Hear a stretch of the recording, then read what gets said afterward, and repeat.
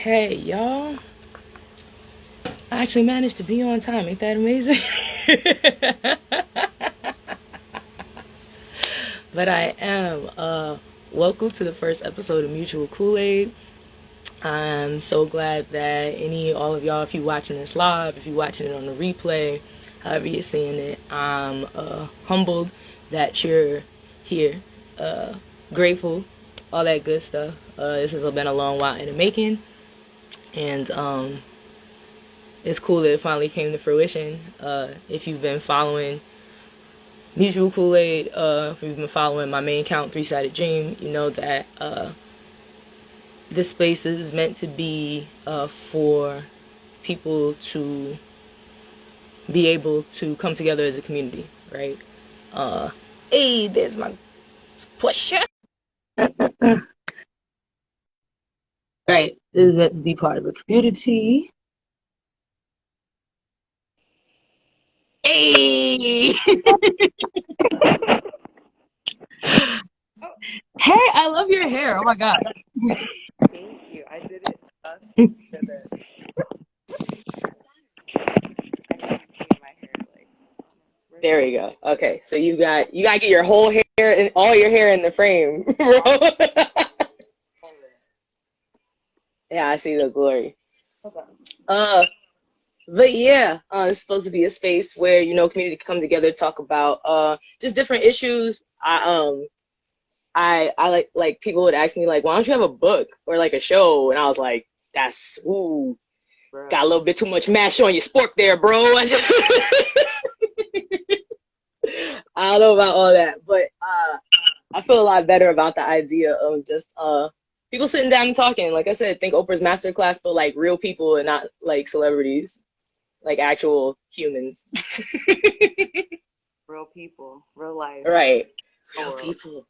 Real fictional people in real fictional danger. All right, but everybody, if you do not know, this is Portia. We have been friends more than half my life, more than half our lives at this point, which is wild. I had to be like 12 or 13 when I first started talking to you. I was gonna say, I know it was when I'm dating myself. It was when I got my own computer for the first time, and like, how we met. Right. My own computer, my own room. This is full circle, really, for us to go. Right. Started out on MSN chat boards, and now MSN groups. R.I.P. live. Oh my God, R.I.P. It's all gone. They'll never know. All the evidence is all gone. The stranger danger, but excitement. Right. The only thing I can remember is that, in another way to bring it full circle, is that we were writing like a story about like New York at the end of the world. Yes, I think I still have it. Are you serious? I lost that like 4 computers ago. That's wild. I think I have it on a floppy disk somewhere. Oh my god! How are we ever gonna get it up? It's lost forever in the ether. It's a relic. It's a relic forever now. Yeah. Right, MSN will hold our secrets forever now. But yes, this is Portia. She's one of my good friends. We've been friends for like 18 years at this point, and there is no one else I would rather start this off with. For multiple reasons. If you have seen on my main account that I have posted from books like these, yeah, I pulled out all my books, from The Art of Loving by Eric Fromm, or if I pulled The Mastery of Love by Don Miguel Ruiz, you have Portia to thank for that, because I told her, I was like, I want to be a love expert, and she was like, cool. And then she hit me up and was like, what's your address? I was like, I got you.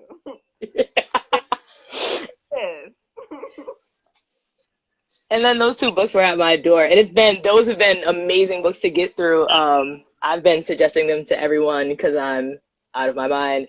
But it's also a testament to the fact that I always feel like when I am going through certain things, all of my friends are all going through very similar things at the same time. And we sit there and talk, and it's like, you too? Oh my God. Like, we're doing Like where we're all collectively experiencing certain things. Yeah. Yeah. exactly. So that's how we actually got to this topic, which is internal patterns in codependent relationships, because we had a conversation and it's really like, oh my God, you too. I just can't get over like the call is coming from inside the house. It cracks me up so much because that's exactly what it is. It's what it feels like. It really what it feels like. Oh my, you feel like you're in a horror movie, like, oh my God, this whole time. You're like, It's me. at me. Oh wait, I feel it. Like what? It's the best. It's the best.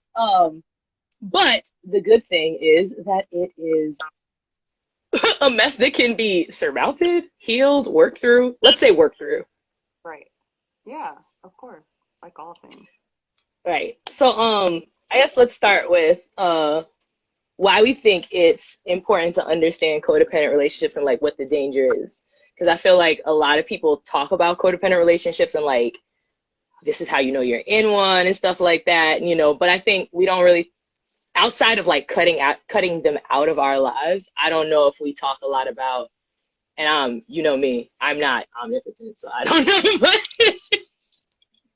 We don't work, right. I'm not either. let us all for the record say that none of us here are omnipotent, mind readers, or otherwise psychically inclined outside of normal human limitations. Nothing ordinary. Totally normal human being.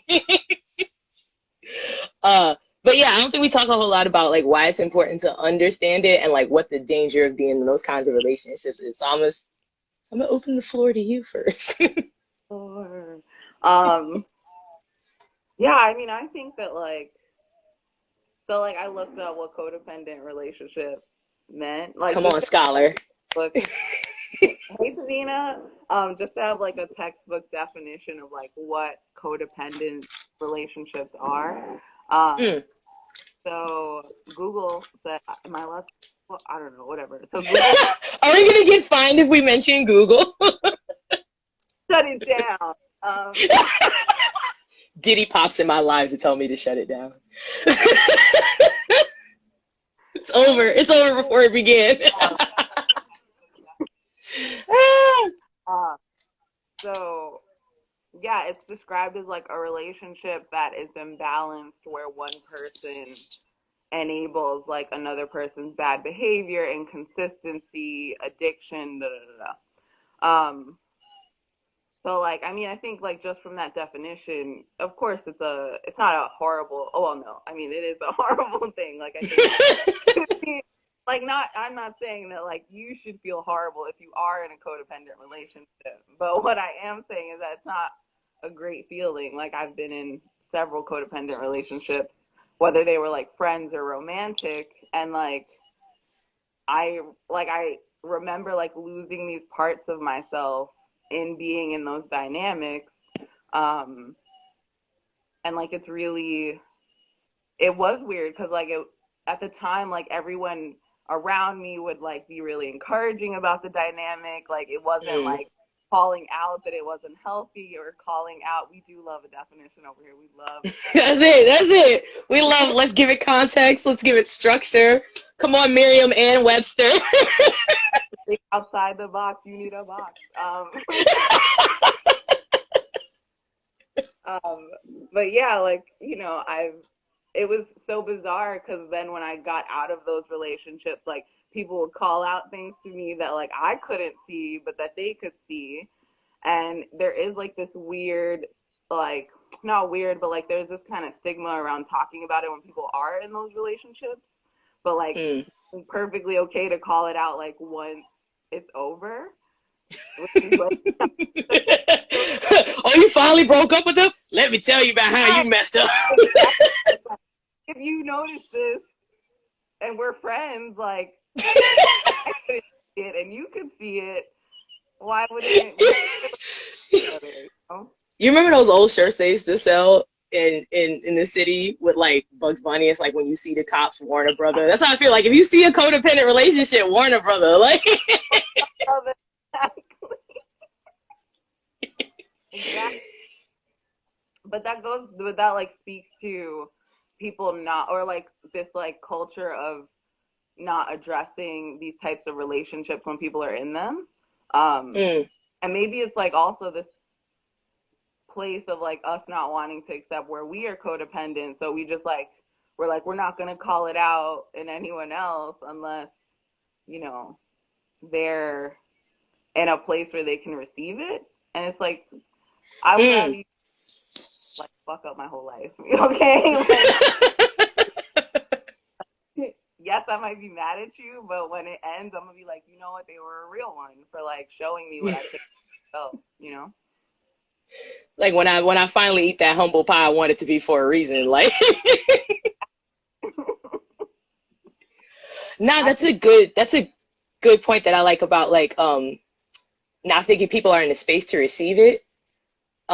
Because that's something I'm gonna tell you, that's something I've been struggling with too, is that like I'll see certain things happen with my friends and I'm like, but everyone has their own path and everyone has to figure it out their own way. And I can't really like, I can tell you, but I can't really tell you. It feels like it's, but, or like it's a little kid. Like, I don't know if they're going to go off and stuff like that. But I guess that's a good point because you have to think about what's more important, right? That you like me right now, or that like when more things happen that you're willing to go, oh, like that's what they were talking about. Or in retrospect, at least be like, oh, at least my friends were like, trying like I'm sorry I was a dipshit and I didn't listen. Like right. And like sometimes I also found that like sometimes people bringing up stuff to me that maybe I didn't want to hear but needed to hear. It was a way to help me see certain things that like I had to accept over time in those codependent relationships that I didn't see at all before someone had mentioned it, you know? that's real. I remember what like right before I realized I was in like I retroactively realized I was in codependent relationships after they finished. Um and I remember part of what set it off was one of my friends was talking to me about an unrelated unrelated situation. I think it was like I was dealing with somebody and I was like waffling on whether or not I was gonna like call them out about something. And she was just like, you don't have boundaries. And I was like, who don't have boundaries? I don't have boundaries. So, I was like, I have plenty of boundaries. That was a lot. She was like, no, you just don't have, you let people do what they want and then you define what's right after they do what they want. And in my head, I was like, of course, like people are going to act how they act. I can't just sit there and tell people automatically these are the rules of like, here's a pamphlet on being my friend. And if you don't follow it, you get excommunicated from here and a bouncer sees you out immediately because you are not a rule follower. Like, Sure. Right. um, but she was right. She was honestly right, which is that like I never thought about like what are the boundaries of like how people treat me and how do I establish that ahead of time outside of things that I like. For me, boundaries was like I don't have boundaries. Nobody's putting their hands on me. Like Right. no one's talking greasy to me, and I'm just like okay, you know.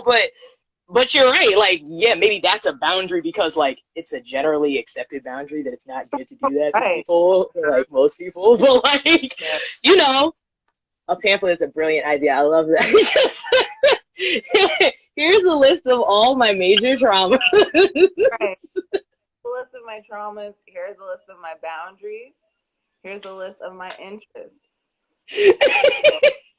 And here's a drawing of a sun just because I thought it was cute. Like And if you mess up, we might not be friends. Just you disclaimer might at the bottom, fine print. need you to see the clause that says that there's a two-strike rule. We go by T-ball rules and not baseball, please.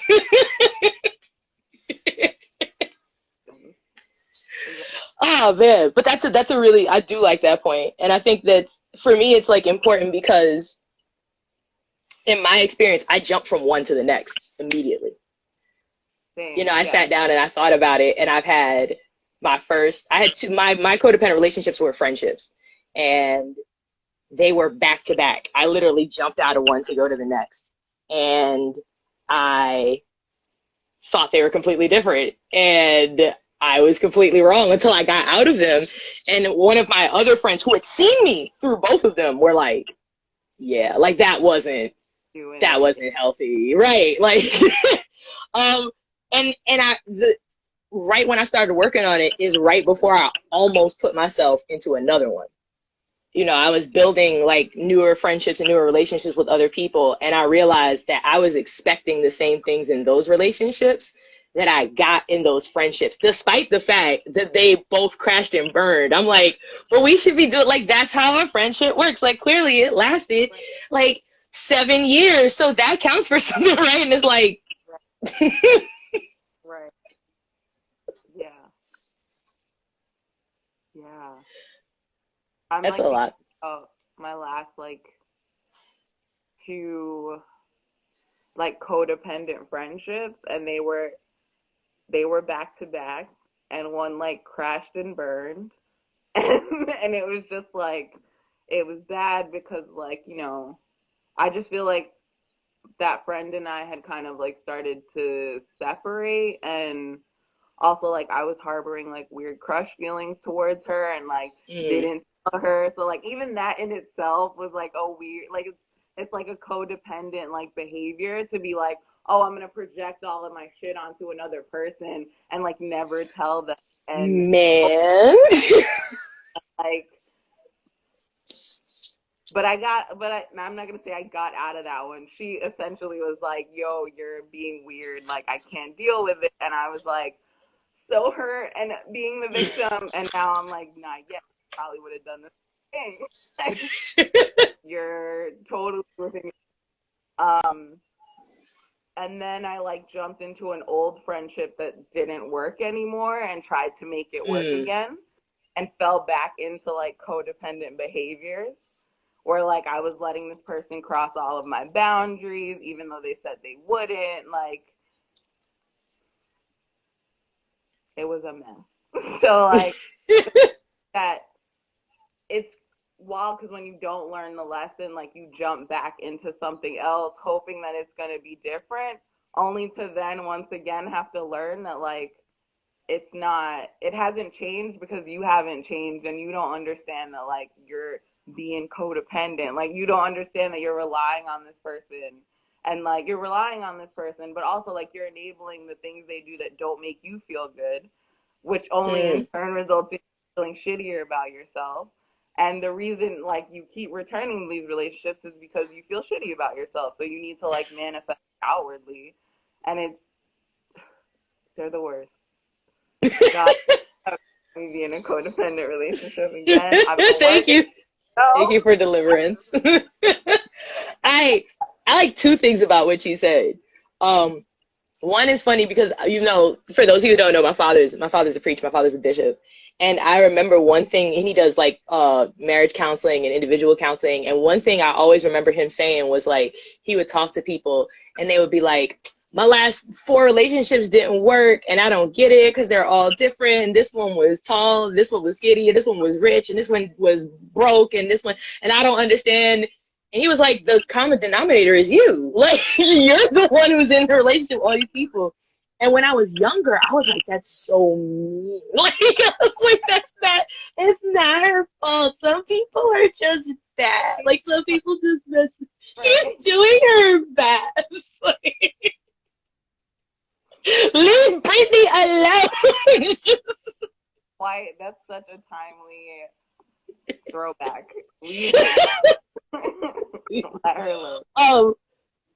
But like we've said this before, there are things that we've heard like before we started learning more about our patterns in relationships that we heard and we were like, oh, that's stupid. Like, you're dumb. You're dumb for that. Like, because I was listening to you say, like, you have to manifest outwards. And I was like, me at 25, but like, manifest outwards? What am I? All I have is outwards. What are you talking about? Right. Manifest outwards? What kind of X-Men shit are you waiting for me to do? Just, like. Right. What am I supposed to meditate it into my life? Like. Right. Cool. Thank you, Shaka Guru. Like. on us because that's literally how it works. Right, and now we're like, just manifest outward. Like, just it's that joke. It's that joke where it's like a mother in a grocery store and her kids have a tantrum. She's like, control your chakra, control your chakra. That's us now. Just control your chakras. Like, Align. just like unironically.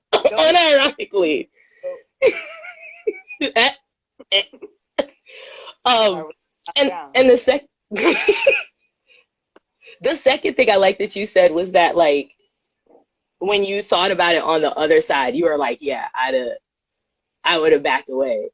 And it's funny because I remember being, again, in retrospect, I realize it, starting to form a relationship with someone who was becoming codependent on me, and how it ended badly. They just did not understand why I was stepping back from them, and they were really hurt, and they just started, and then they started anyway.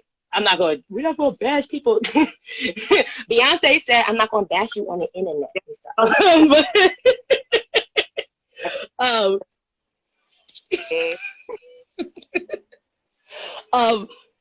but I remember I backed away from that quick. I was like, I can't do this. Like, you're a lot. And then to fall back and this is why it's called this. The call is coming from inside the house.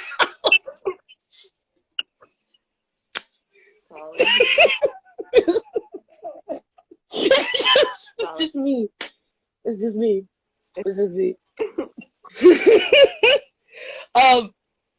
Yeah, so I said mine lasted like 12. I'm trying to count. Yeah, mine lasted about 12 years for both relationships. How long were you in yours, and how long did it take you to, like, recognize it? Well, there have been so many.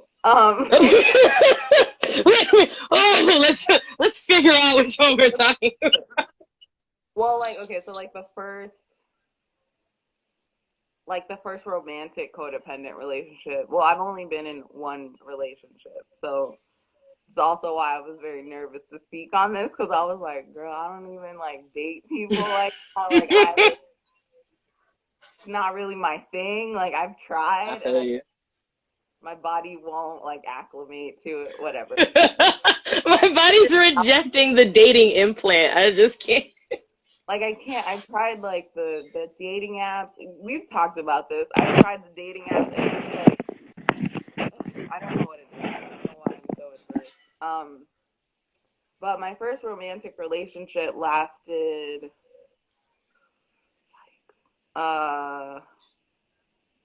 probably also about, no, it wasn't 12 years. It had to be like maybe 4. Maybe like 4 or 5 years, but like he was like an alcoholic. He wasn't like an alcoholic. He was an alcoholic. And like he's kind of like an alcoholic. That's like his codependent behavior. I mean, he was an alcoholic. Like, I probably shouldn't be speaking about his business like this, but y'all don't know who he is, and I don't even talk to him anymore, so it's fine. And if he sees this, well, I wish him the best. We dated for a long time, and it was like already unhealthy, because like I don't think he really liked me. I think he liked me as a friend, and he didn't want me to not be his friend, so he knew that I liked him, so he dated me. But like there was already that unhealthy dynamic. And then me wanting the attention and the love from him, I allowed like him to, like, you know, like we were in an open relationship. Let's not even go there, but we were in an open relationship where that was very one-sided. And anytime I like entertained anyone even the slightest bit, he would get upset or like agitated, just annoyed, jealous. And like it went on for so long, and I just didn't have the self-love to be like, I don't want to deal with you anymore. Like, you make me, like, this dynamic, it's not even you make me, like, this dynamic between us makes me feel really crappy all the time. But, like, I need the attention, so I'm going to stay here and I'm gonna let you like be your messy self, even though I'm trying to help you not be a mess. Like, I'm gonna let you be messy because at least like you'll cuddle me at the end of the day, or like whatever my reasoning was. And I stayed in that relationship for a really long time. Thank you to all of the friends who were like, you need to like leave him, because there were a lot of Shout out to the real ones. the real ones, exactly. But yeah, I stayed in that relationship for a really long time, and just to speak back to like not talking about it, there were people who said things and I just didn't want to hear it, you know? Like, I just didn't want to accept that I was acting in a way that wasn't healthy. Oh man, I had therapy yesterday and the same thing kind of Oh, me happened. too. Oh my God. Therapy, yeah, no, it's the mind link. It's the mind link. I know.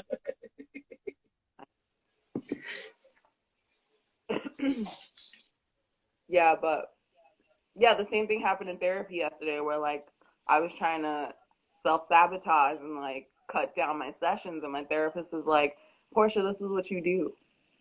Like, this is you. Like, you do things that hurt yourself because you don't think you're worthy of like all that you're worthy of. And I was just like, oh my God, you're right. But also like this is a part of my pattern. Like, being in codependent relationships has been a part of my pattern, and it's really like it stems from that like lack of self-worth, which is like one of the first things I had to learn going into therapy, was that like I just didn't have it, you know, and I didn't know how to like create it for myself.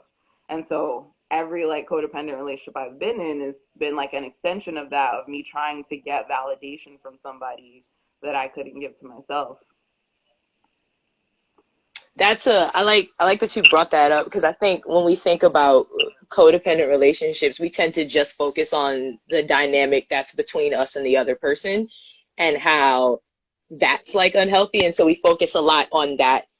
It does makes it like the space between us and them that we're kind of mitigating. And we don't really think about like that space is created by me stepping in and you stepping in. So I can't really navigate that space properly if I'm not working on my own thing. And like, you know, I brought all the books on purpose, so it reminded me of in The Mastery of Love, the whole magic kitchen metaphor, you know, because that's what it says. So like, for those of y'all who have not read it, it's like, imagine that you have a magic kitchen and it can give you any food in the world, anything you want. It cooks perfectly all the time.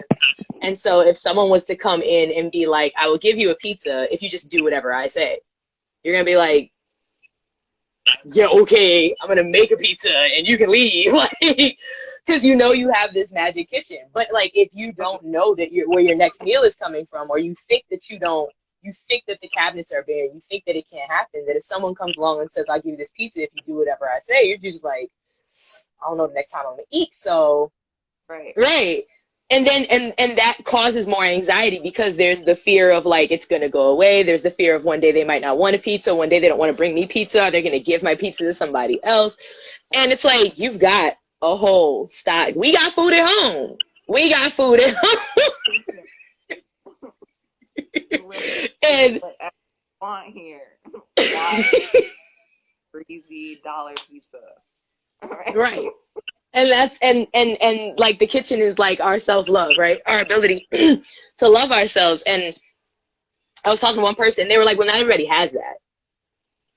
And I was like, well, everyone has it. We just don't recognize that it's there, right? Like, so we like it's there, but you know, we can't access it, or we're not astute enough, or we're too distracted by other things that are going on in our lives to really think about the fact that like we have this stuff to ourselves. And it's like, once you start getting on that, and it's funny because I feel like that's the second meaning of the call is coming from inside the house. Like, all that stuff you wanted that you were looking for is still calling you from inside the house. You gotta answer. Like, the call is coming from inside, but you won't pick up. Like, why? You just let it ring. Right. Killer, and not like for all of your wants and desires. Like, what? Yeah. Right. And I was talking to one of my friends yesterday, and I think the thing I was not harping on her, but the thing that kept coming up was that, like, at the end of the day, you really gotta like not make it about the other person. And it's hard because when you're that close to somebody else and when you care about somebody else, you're like, of course it's about that other person. Like, I'm doing something wrong or you're doing something wrong and we've got to like straighten that out. And it's like, how do I put it? It's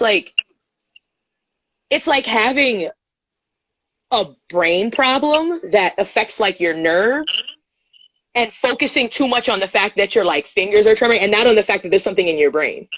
You know what I mean? Like, yeah, that's a problem. That's something that's going on. But like stopping the tremors in your hand does not fix the nerve damage, does not fix your brain problem. And until you fix whatever brain problem that is, it's going to come back in some shape or form, or you're going to end up with side effects from trying to like stop it, right? This was too deep of a medical metaphor for what I was trying to do, but that's not the point. Where are we going? It's like, bring it back, kid.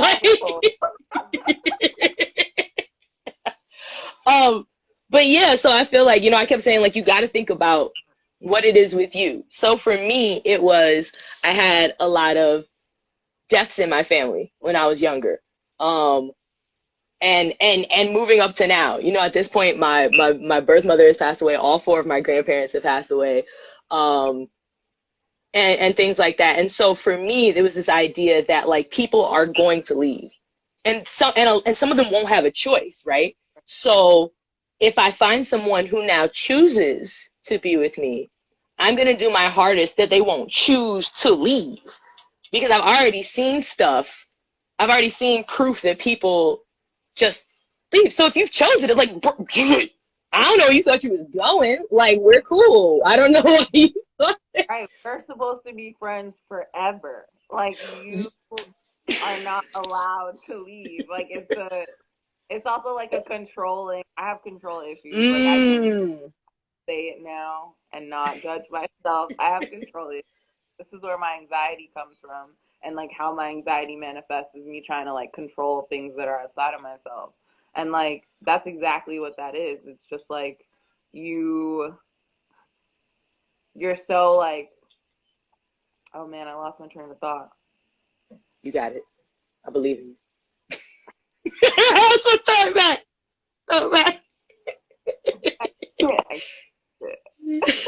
It's all right. Oh, well, it'll hit you back. It always comes back eventually. I know, no worries. You were talking about control issues. That's what it was. And that's how it manifests for your anxiety. And people leaving. That's what we were talking about. Yeah. So like, there we go. My mom calls it walking back to the door. And I'm like, but really, I'm wrong. And I should just start listening to her.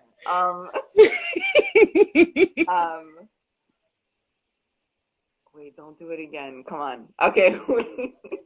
So like part of that, yeah. So part of like wanting someone to stay is like that control. Like you're using that fear of abandonment is so large that like you're like, no, like I'm gonna do since I can't control you leaving or not, I'm gonna make sure that everything I do makes you so happy, so content, so comfortable that you'll never leave. And then I can be like comfortable in that, like having somebody, even though it's not really right. It backfires because it's like what I realized in mine was that I was never really happy in those relationships. Like I told myself that I was happy and I felt like I had really close relationships and I felt like it was good, but I wasn't happy because I was doing so much accommodating for other people and I was doing so much shrinking of who I was and changing of who I was, not even because people asked me, right, but because and it's fun, I was talking about this the other day too. It was like you'll accommodate people without them knowing, right? So for example, if it's like, you know, you and I are talking and you're like, I hate jazz music or something like that. I know you don't. I hate freeform jazz, but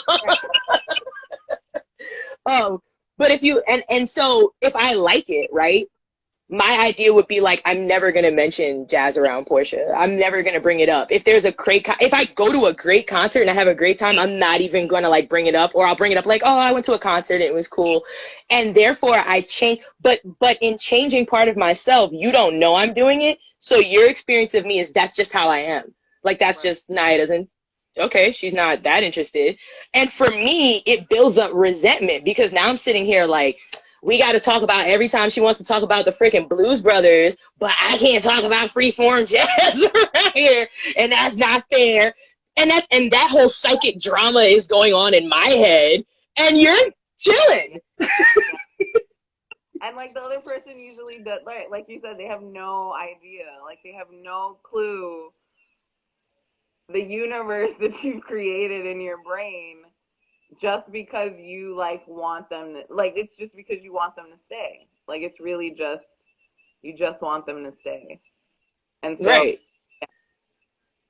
It's hard because I can't fault anybody for wanting people to stay, right? And I think that's the hardest part I've had in talking to people lately, in my own personal journey with this, is that I keep trying to say, like, I've heard a couple people like, I just don't want them to go. Like, I don't know what I'll do without them, or I don't want to risk putting myself out there because I don't want to lose anybody again. It hurt too much when I lost somebody before. And I'm like, that's the price of admission, bro. Like, if you want to love, like, that's the price of admission. You got to go in like, yo, I could lose everything. And I try to put it in context because I'm like, yo, the idea is I could die tomorrow. I could die the next minute. Right. Nothing is promised to me. Not my own life, not whatever I have, anything. Yeah. You know? So like, why would, if I could lose my own life in the next moment, then why am I like fretting over the idea that I could lose somebody? It's going to happen. Those things just like do happen. Jai said the internal battle for perfection. Oh, that could be a whole other show. That's episode 100 because man, I think there's also a line in the Mastery of Love where it's like the judge inside you punishes you for not being perfect. Right. And it's like, and you feel like you disappoint everyone. It was like, and you have to forgive yourself because you're literally never going to be perfect. You're always going to have something else. And it was like, you have to forgive yourself. And I think the part that got to me, it was like, you have to forgive yourself, the teacher you felt you didn't live up to, the parents you felt, the God you feel you didn't live up to. You have to forgive all of them in your own mind, right? Like that whole, because you project this idea of like, I need to be perfect for them. Right. I need to make sure that I've got it together. And like, just that anxiety alone will keep you like on eggshells with people like, are you okay? Gotta make sure always like saying something that you'll be interested in. Gotta make sure that like I'm not boring you to death. Like, yeah. Oh my God. When I say it took me, I finally like, after I started like learning about it, I got to talking to somebody and we like got quiet. And I realized how much I just was not quiet with people sometimes. Like I would just not, I'd have to think of something else, you know, okay, we're going to talk about this. I got to figure out what story I'm going to tell. What didn't I say? Or else I'm going to be in my head like, oh my God, they think I'm boring. Oh my God, I came all the way here and they don't even care. They're like, and I'm just sitting here in front of them. And it was, in retrospect, it was just so nice to be like, nah, we're just here. Right. And the enjoyment is the fact that we're here together and not what we're like throwing at each other to make ourselves like want to be. We're not putting our personality. Our representatives are not out there negotiating for us. Fill up the space to like, you know, like there's no just like it, I can't even. There's not even words. Like it's just like There's that. It reminds me. What is it? Because you're scared that, you know, you're scared to be boring or like you're scared to not be entertaining, you know, like it's so much pressure. It reminds me of, was it a Jenny Slate quote? And she was like when I get out there and people laugh and it's like I have to do it to make up that it's me. Oh yeah. Yeah. I think, or something, it was some quote, but it's like I have to do this to make up for the fact that of course my stuff has to be good. Of course I have to be funny. Of course my art has to be good. Of course my thing has to be, because it's me that's making it. And I'm imperfect, so everything else has to make up for the fact that I'm like imperfect. Jax, what does that forgiveness look and feel like? That forgiveness for not being perfect. I mean, I'm still working on that, to be honest. To be determined. Find out next time on Dragon Ball Z. like even for me, I'm like, I realized that I was in like on my end, like I was being codependent on like a lot of these like spiritual practitioners that like I follow on Instagram and like just like in the world, like I was being very codependent on them, and I had like this, and my brain exploded and was just like, I'm not liking anyone. Like I went to the extreme. Like my brain was like, you're not liking anyone's shit. You're not going to anyone's webinars. Like you're gonna be with yourself. You're gonna sit with like your thoughts and your spirit, and you're just gonna be by yourself because you're putting so much stock into everything other people are saying, everybody else's truth, and like, yeah. I tried so much this week. Like that's part of the forgiveness is like letting the feelings come up how they have to. Like if you're angry, just be angry. Like if you're sad, if you're overwhelmingly sad, you just have to be sad. Like you just gotta let the emotions. As my therapist told me, you can hold all the emotions. You don't have to like pick which one you like more than the other. That's a good one. That's a tell your therapist, shout out to your therapist, because I'm taking that line.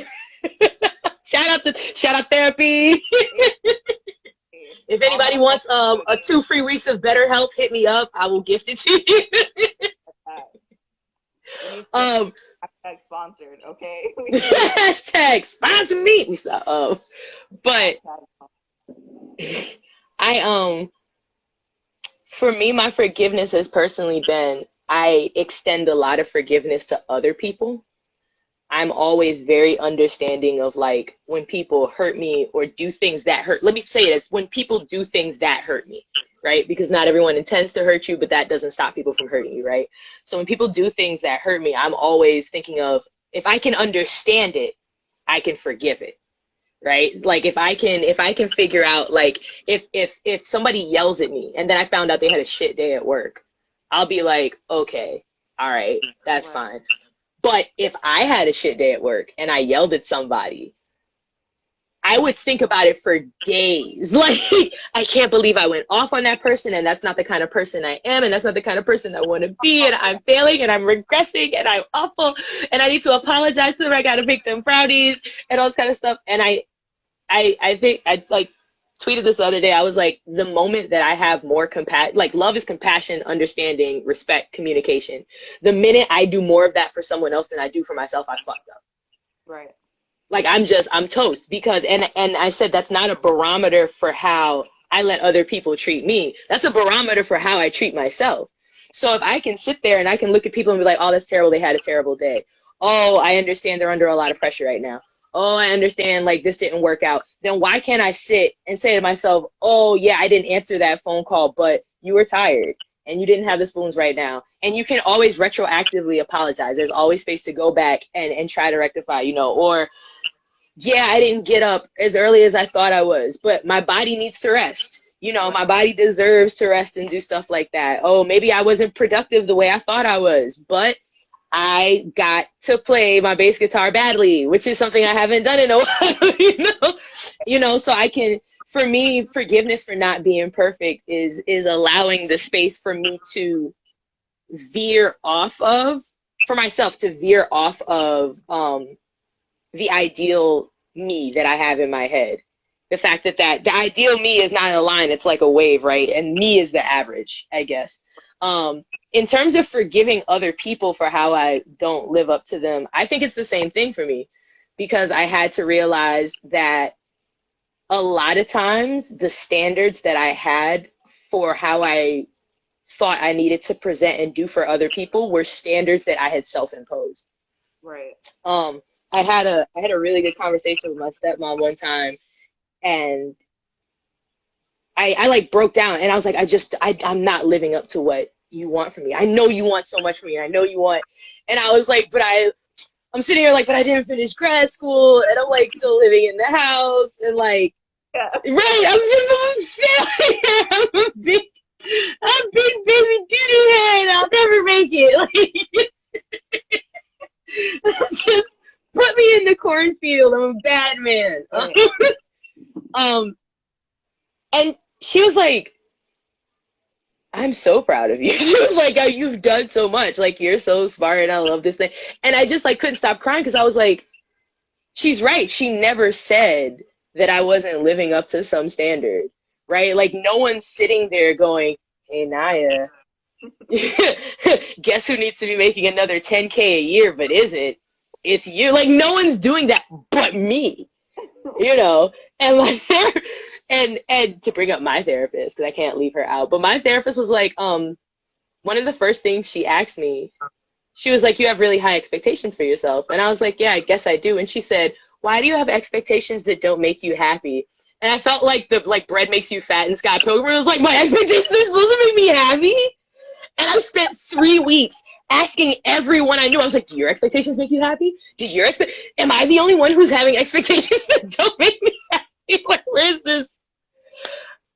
What? Yeah. But she's right. I had this standard for myself that not only, I don't want to say wasn't realistic, but wasn't fair. It just wasn't fair to myself, you know, to say that, like, okay, you should have had it together by now. Says who?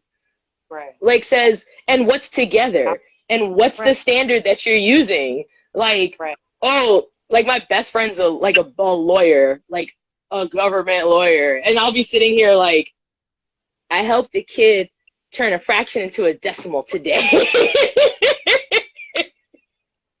And it took her 3 hours. You know, and but like, that's still success, right? It doesn't have to be everybody else's idea of success. I'll be honest, even with this, I was like, oh man, I don't promote on Instagram enough. And I was too tired for like a whole week to tweet anything. And like, I was quiet and probably no one remembers anymore. And then I literally stopped, and the universe God dealt with me and was just like, why are you trying to, like, you're clearly doing something that you haven't seen anyone else do, or you wouldn't have done it because you're weird and have control issues, right? But like, also, why does it have to look like that? Like, who said you had to do that? Right. You're not Chrissy and Kid Fury. Like, relax. I don't know why you, right, as we said at the beginning, got too much mash on your sport, big boy. Just. Right. Yeah. I think that.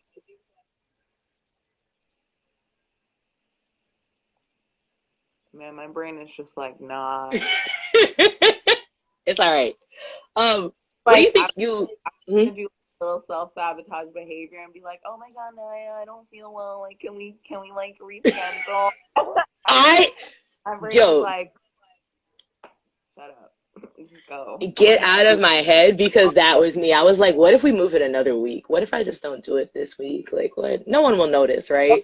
I was like, you don't stop trying to make yourself fail. Like,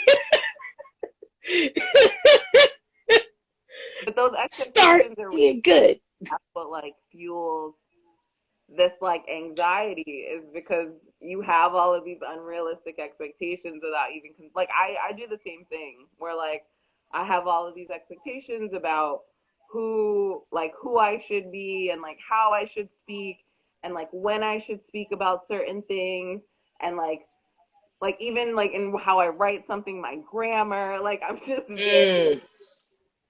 very like controlling about all of those little things, and it comes from all of these self-imposed expectations. And not only that, but then like I am the type of person who will then like project my shit onto other people and have high expectations for others. And it's like, I don't even like the high expectations I have for myself. Why am I thinking to anyone else? It's really, no, you're hitting the nail on the head, because I remember like sitting back and like, so when I realized that I was starting to bring codependent behaviors into a newer relationship and was trying to pull myself back, it was honestly, we're going to have a transparent moment. I was stressing over the fact that I would not hear from them every day, or I would not hear from them in like a time that I felt was like good enough, right? Like, oh, I shouldn't be waiting here this much time to hear back from you and all this stuff like that. And I had to step back and be like, do you know how many text messages you haven't answered? Like, right? Like, do you understand truly like the kinds of stuff, the ways that you haven't talked? Do you understand that you and your best friend talk once a month? Like, Right. do you, and you're sitting here stressing because someone's not going to hit you up to see how your day went. Like, relax. You hate when you're sitting there like, oh my God, I haven't texted somebody back. So why would you want to impose against somebody else to now feel like you're always expecting that from them? And like, that's how, and, and further than more than that, feel like that's a sign of a good relationship. Right. I mean, it's very healthy to not be texting each other all the time. Yes. And yeah, and it's like in All About Love, which we've read together. Also, shout out Mhm. to the Hoodler. She put me on. Also, Carry On. She put me on. Yeah. But All About Love, Bell Hooks talks about how because of the way capitalism defines what romantic connections look like, it creates all of these unrealistic expectations about how a relationship should function. So like, yeah, we want to be called every day, we want to spend every minute together, and we want, the domestic bliss, but like none of the work that goes into actually loving somebody and like being with yourself so that you can be with somebody else. Man, that is, All for coming. Like, thank you guys for showing up. yes, no, we're so, I really thought I was going to be in a room talking to Portia and myself. So I love everybody who showed Like, up, everybody who watches on a replay. Shout out to you. I hope yeah, in the words of Jay-Z, that the best of your todays are the worst of your tomorrows. Uh, but no, yeah, it's like, it's really weird to think about. I was talking to somebody, and they said to me, I had been dating someone at one point, and they said something to the effect of like, well, when you stop dating my representative and you start dating me, like, you'll see this other thing.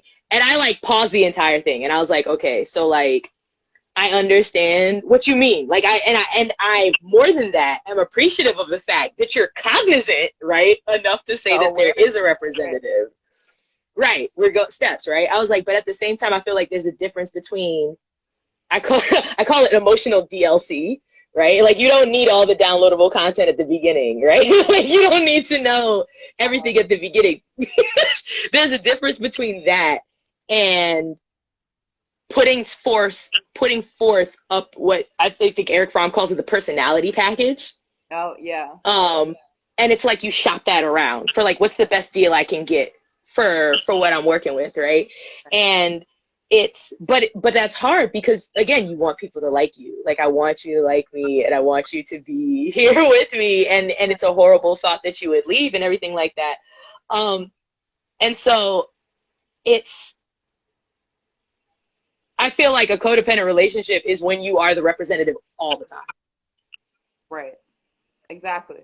It is. And that's it. That's the show. Let me stop. Good night, everybody. That's it. Pass the complexion plate around. That's it.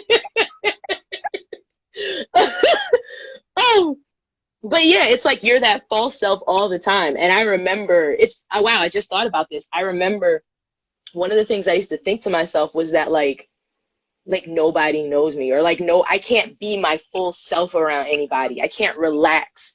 And that's why I want to be by myself. But I hate being by myself because I can't live with myself because Literally. because I don't like myself.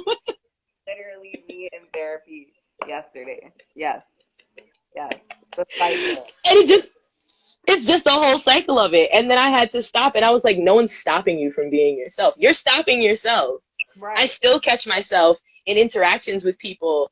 It's it's funny. I was with a friend this week, and we were in the car, we were listening to a song, and a car alarm went off. And I thought to myself, I was like, oh, the car alarm's on beat with the song. And then I was like, oh, that's stupid. Like, why would you think that? That's like a stupid thing to bring up. And then like 3 seconds later, I was like, well, at least the alarm's on beat with the music. And they were like, you caught that too? And I was like, you're keeping this to yourself? And you both had the same stupid thought. Like, why are you sat there and beat yourself up for something that was clearly hilarious to both of you? Like, yeah.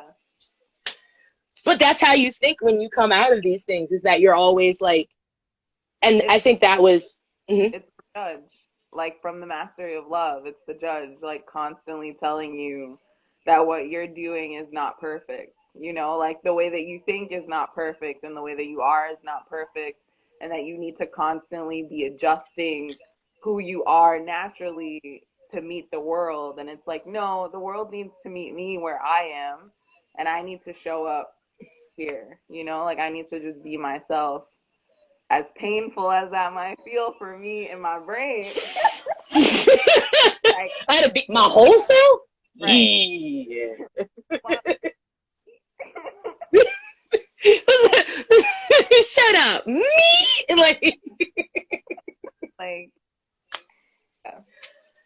yeah, I think the hardest part for me in all of this has been not being forgiving of myself when I mess up and when I slide back into the same type of thinking. My general go-to is to be like, you know better. You know better. You've learned this. You've read material. Like you you took notes on this, Right. and you're messing up again. Highlighted. You texted people about it, and still. You posted this on Instagram, and you think you don't remember it? Wow. The way you But that's yourself, right? Yeah. but that's been the hardest part for me. And then I have to stop and go, like, if I walk down a street every day for 20 years and I always turn to the left, and then one day I have to start turning right, a couple of days I'm still going to turn left if I'm not paying attention. Right. Exactly. And so, like, the rule is not like, you should have known better. The lesson is, pay attention. Right. Be aware of where you're going. Right.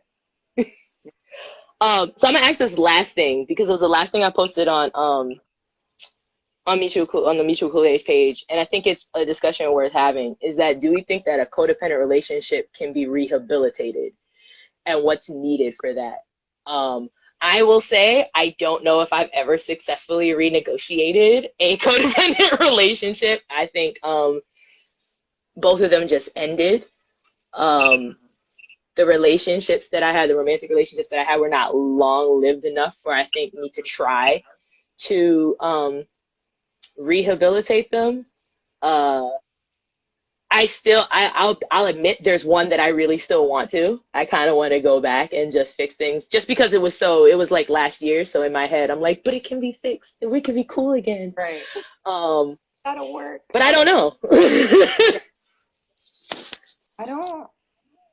So from my experience, like, I have never rehabilitated a codependent relationship. With my ex, though, he's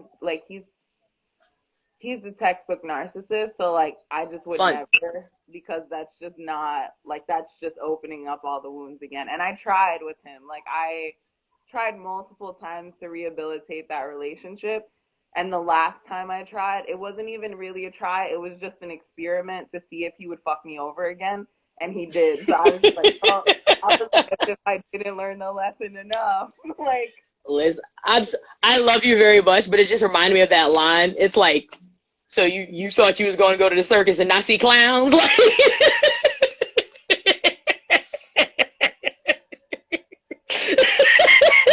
what it's like.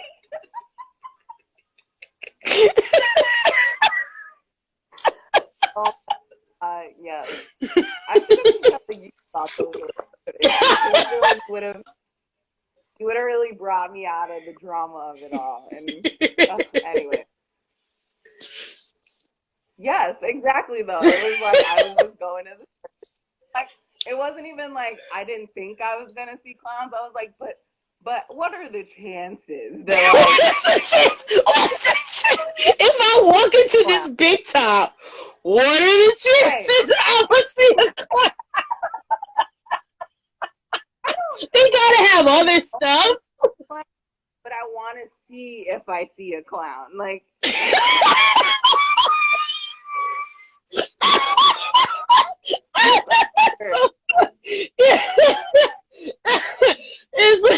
I just imagine, apart from Don't Be a Menace, like, just be like, y'all niggas got clowns, like, y'all just